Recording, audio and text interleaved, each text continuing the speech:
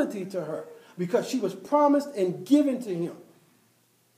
And because she was promised and given to him, he had a responsibility to protect her, take care of her, provide for her.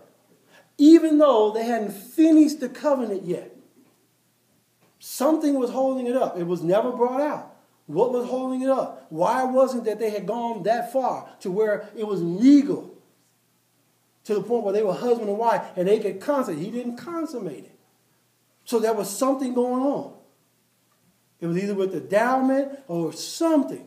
Whatever it was, they had not gone all the way. So she was espoused to him, but they were not yet husband and wife because he would have exercised his husband duty. He didn't. He had not done so. He had not done so because something had held that up. But when we get our word today, which comes from the Romans, now the Romans were different. So you had the Hebrews and the Greeks. They followed, very serious laws of marriage and ritualism, especially the Jews. They didn't have this thing, boyfriend, girlfriend. That's what I'm saying. There was no such thing as courting. Not in the Bible. You never saw anybody court.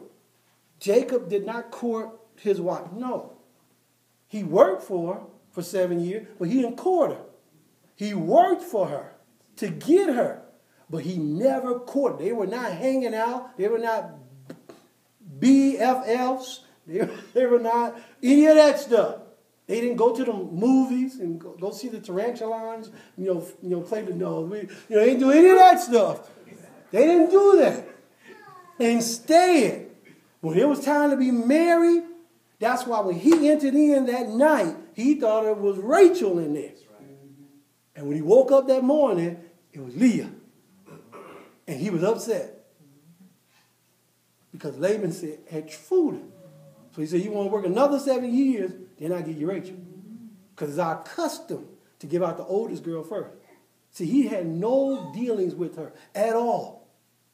And when they slipped her in there at night, he thought it was her. They were being married. That night they were being married. That was the marriage. That was it. They had a feast. It was a 2-week-long feast. The same thing that Jesus went to. Jesus went to the marriage feast. The groom sat at the front of the table. You did not hear of the bridesmaid. She wasn't there yet. By that time. That was the festival. That was held before the marriage. Because you didn't see them.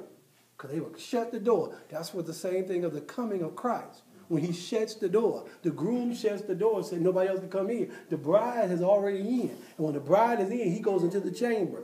And they constantly, you can't get in. You're not part of the party. That's the same analogy that he gives in marriage. They didn't have such a thing as a girlfriend and boyfriend, a courting period. Not in the Bible. You can go all throughout this Bible. You never saw that. Esther went through a period of preparation of 7 years in order to go to Xerxes. She was Jewish, but she was following I don't want to say carnal. I want to say the law of the Medes at that time.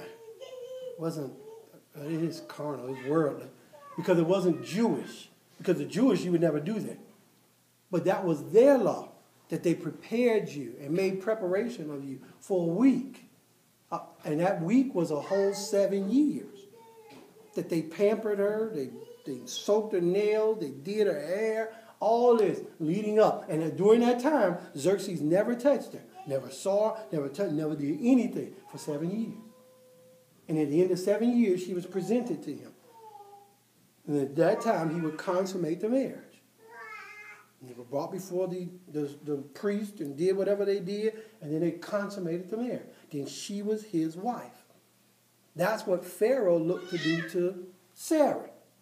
He was going to make her his wife. But when he was going to go in to her, his wife had this vision and said, don't touch her. And that's when Pharaoh went out and said, that's not your sister, that's your wife.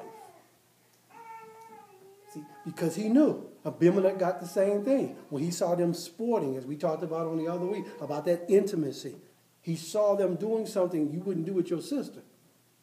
And because they were sporting like that, he said, that's not your sister, that's your wife. He said, what were you trying to do? Bring shame from God for us? Bring the punishment of God? If he had gone in unto her and made her his wife, that's adultery. Because she was already a married woman.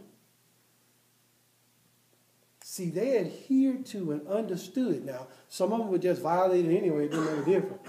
But they knew the seriousness or the covenant behind marriage and how binding it was, and it was always the responsibility of the man. It was the King Xerxes. It was King Darius. It was this person or that person. It was Abraham or Isaac or Jacob. It was their responsibility to initiate, carry out, and provide for the marriage. It was on them to do. And it was what they were supposed to have been bringing forth. But see, we've gotten it out of terms because we've gotten away from the original meaning of what marriage is. And as we saw with that it was always male-oriented. It was about the man.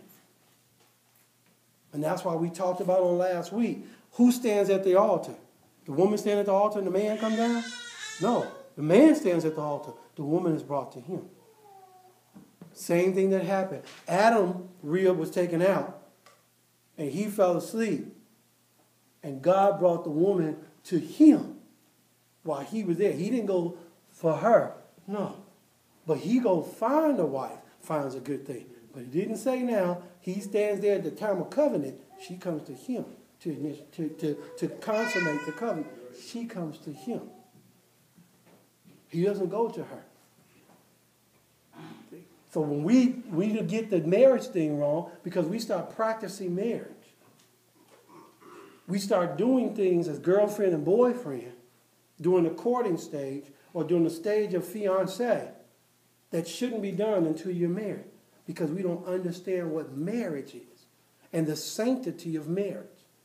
And we don't understand the seriousness and the responsibility of what marriage is all about.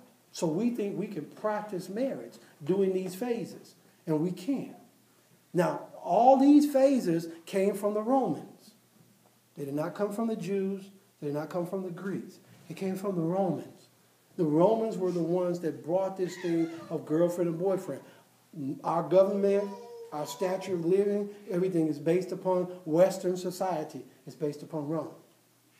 Our bicameral government, having a governmental head, which is the president, which were their Caesars, having a bicameral Congress, the plebeians and the Senate that they had, those same thing that we have, House of Representatives and the Senators.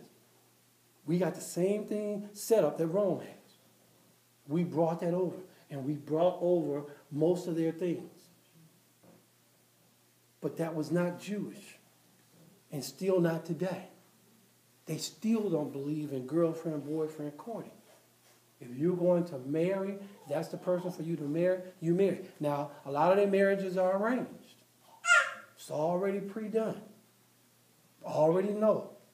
Already picked out. We're going to talk about that because right here in this Bible shows several of them that were picked out, already arranged, already done. As far as their marriage was concerned, they were preset, predestined, preordained. You're going to marry that person. And when they grew up, that's who they married. That's the way it was done. But they had to be careful of people who they allowed in the marriage, of the family, like we talked about before. You got to be careful of who gets in it. But do we understand this? This is our Western society. We do this. This is not biblical, because you won't find it in the Bible that says anything about she had a boyfriend or he had a girlfriend. No. They were married. Period. There was no time of courting. They didn't do it. If that was the person that you wanted to be with, Boaz and Ruth, they didn't go out for 6 months and, shoot the breeze. And what you been doing? Oh, hanging around Moab, You know, my sister and them, you know, just trying to find out what's going on. I lost my husband.